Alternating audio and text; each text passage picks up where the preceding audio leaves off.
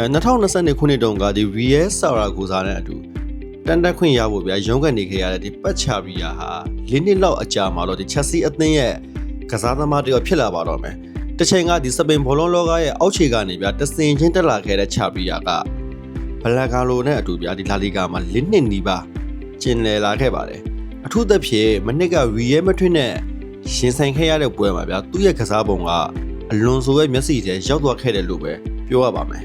ပတ်ချာဗီယာကဒီနာမည်ကြီးကစားသမားတယောက်အဖြစ်နဲ့ချက်စီကိုဗျာရောက်လာခဲ့တာမဟုတ်ပါဘူးဒါပေမဲ့အလွန်ဆိုရဲ့ကစားဟန်ထဲမှာဘယ်လိုနေရာယူနိုင်မလဲဆိုတာကြည့်လိုက်ရင်ဒီခေါ်ယူမှုရဲ့အထိပ္ပယ်ကပို့ပြီးတော့ရှင်းလာပါတယ်ချာဗီယာရဲ့ဒီစရင်စရာတွေကိုထိုင်ကြည့်မယ်ဆိုလို့ရှိရင်တော့ဗျာဒီအထင်ကြီးစရာအများကြီးတွေ့ရမှာမဟုတ်ပါဘူးသွင်းကိုနဲ့ဖန်တီးမှုမှာဒီထိတ်တန်းကစားသမားတွေနဲ့တော့ရှင်လို့မရသေးပါဘူးဒါပေမဲ့ဘောလုံးပွဲဆိုတာဗျာဒီဂိုးနဲ့အဆက်အဲ့နှစ်ခုတည်းနဲ့တော့တိုင်းတာလို့မရပါဘူးသူ့ရဲ့တကက်တန်မှုကပွဲအတွင်းလှုပ်ရှားပေးနိုင်တဲ့ပုံစံမှာရှိတယ်တိုက်စစ်စင်တဲ့အချိန်မှာဗျာလိုက်ပါပေးတယ်နောက်ပြန်ဆင်ရမယ့်အချိန်မှာလည်းနေရာမပြောက်ဘူးပြီးတော့ဒီအတက်အစင်းကိုဗျာမှန်မှန်ကန်ကန်လုပ်နိုင်ပြီးတော့သူ့ရဲ့ဒီလှုပ်ရှားမှုတွေကအသင်းရဲ့ဘေးတောင်မှန်ကိုတကယ်အသက်ဝင်စေပါတယ်ဒါအပြင်ဒီကန်ဆယ်ပိုင်းမှာလည်းဗျာအားနည်းတဲ့ကစားသမားတယောက်တော့မဟုတ်ပါဘူးတယောက်ချင်းရင်ဆိုင်ရတဲ့အချိန်မှာကိုခန္ဓာကိုအသုံးချနိုင်တယ်ပြီးတော့နေရာယူတာကောင်းတယ်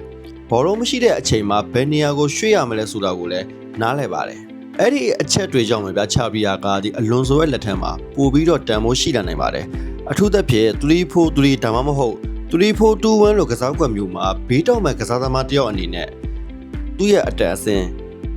နေရာယူမှုနဲ့တိုက်စစ်ကိုလိုက်ပါနိုင်စွမ်းတွေကဗျာအသုံးဝင်လာနိုင်ပါတယ်ဝင်းဘက်တယောက်ကတိုက်စစ်မှာဝင်ကာတယောက်လို့အကျယ်ပေးနိုင်ရုံနဲ့မပြီးပါဘူးခံစစ်ပြန်ဆင်းတဲ့အချိန်မှာလည်းဒီနောက်တန်း၄ယောက်ထဲကတယောက်လို့စနစ်တကျပေးနိုင်ရပါတယ်ချာဗီယာကဒီချက်စီရဲ့နောက်ထပ်စူပါစတာဖြစ်လာမလားဆိုတာကတော့အခုချိန်မှာဘယ်သူမှအာမမခံနိုင်သေးပါဘူးဒါပေမဲ့အလွန်ဆိုလိုချင်တဲ့ကစားဟန်ထဲမှာသူ့နေရာကိုဗျာရှာတွေ့သွားရင်တော့ဒီကောင်လေးဟာတိတ်တိတ်လေးနဲ့အသင်းအတွက်အရေးကြီးလာနိုင်ပါတယ်တခါတလေဒီအပြောင်းအရွှေ့တစ်ခုအတန်မိုးကိုကစားသမားနာမည်ကြီးတာလည်းမကြီးတာနဲ့မတိုင်းတာသင်ဘူးလို့ထင်ပါတယ်အသင်းရဲ့လိုအပ်ချက်နဲ့ကန့်ညီသလားနီးပြရဲ့စနစ်ထဲမှာအသုံးဝင်သလားပေးရတဲ့ငွေနဲ့ဗျာဒီပြန်ရမယ့်တန်ဖိုးကတန်ရလားဆိုတာကပို့ပြီးတော့အရေးကြီးပါတယ်ပတ်ချာဗီယာဟာအခုချိန်မှာကျယ်ပွင့်ကြီးတယောက်တော့မဟုတ်သေးပါဘူးဒါပေမဲ့ပေါင်သန်း20မပြေးတဲ့ဈေးနဲ့ခေါ်လာပြီးတော့အလွန်ဆိုရဲ့လက်ထဲမှာသူ့ရဲ့အကောင်းဆုံးပုံစံကိုထုတ်နိုင်ခဲ့မယ်ဆိုလို့ရှိရင်ချာဗီယာဟာနာမည်လဲရောက်လာလဲခေါ်ယူမှုမဟုတ်ပဲနဲ့